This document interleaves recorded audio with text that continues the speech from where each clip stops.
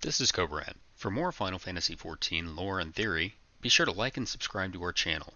And don't miss our podcast every Sunday at 4 p.m. Eastern on YouTube and Twitch.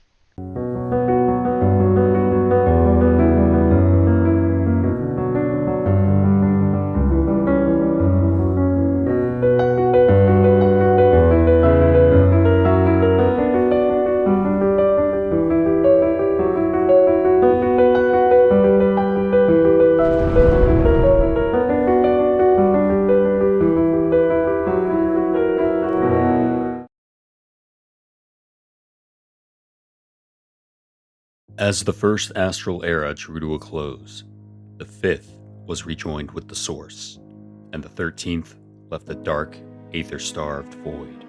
It was then that the Ascians turned their eye to another shard to repeat their success, the 12th. The skies of the Source, now blackened from the forges and fires of war, grew darker each day. The aether of the 12th seeped into the Source, and the earth spewed forth ink-stained clouds of volcanic ash, and an eternal night settled over the world. As the people of the Source looked to the skies, mighty bolts of levin began to rain down upon the earth, boiling the seas, splitting the mighty fortifications, and scorching the land. Fleeing for their lives, the inhabitants of the Source abandoned their homes and villages, seeking refuge in the caves underground. But what the people had assumed would be a sanctuary quickly revealed itself to be a tomb. As the lightning mercilessly ripped the land above apart for days and weeks on end, the people hiding below had not the time to properly create long-term livable conditions inside the caves. Starvation was commonplace, and pestilence and plague quickly began to spread. For the next 366 days, lightning would rain down upon the land, scorching all it touched. Many watched friends and loved ones die slow, painful deaths.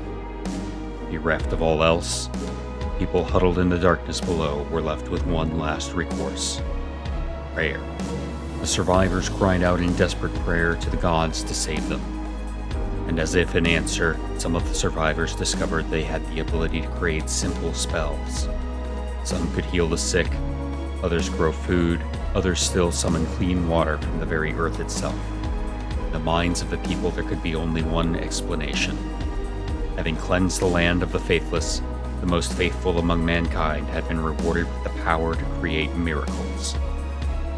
Simple though they were enough to see the remaining survivors in caves through the calamity.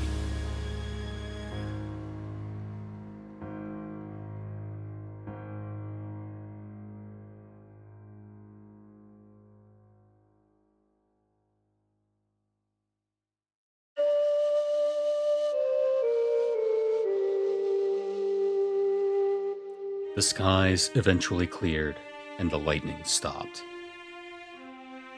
Mankind ventured into a very different world than the one they had left behind. The survivors, grateful for the mercy of the gods, elevated the chosen to positions of power in their communities. These leaders blamed the faithlessness of kings and their unquenchable greed for the calamity that had befallen them. They preached that only faith and prayer would bring them salvation, and the first organized religions were born. In a matter of years, the kingdoms that had taken centuries to build were replaced by theocracies that preached fear and absolute devotion as the only path to achieve peace and salvation.